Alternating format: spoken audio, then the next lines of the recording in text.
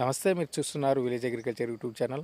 ప్రస్తుతం అయితే ఈ మిరపలో ఈ మొగ్గ రాలడము, అదేవిధంగా ఈ గుండు పూత, మిర్జీగ, అదే బుడ్డీలు, ఈ అనేక రకాలుగా పిలుచుకుంటాము. ఈ సమస్య అయితే ఎక్కువగా కనిపిస్తుంది కాబట్టి మనము దీని నివారణ కోసం అయితే ఏ చర్యలు చేపట్టాలనేటువంటిది చూద్దాం.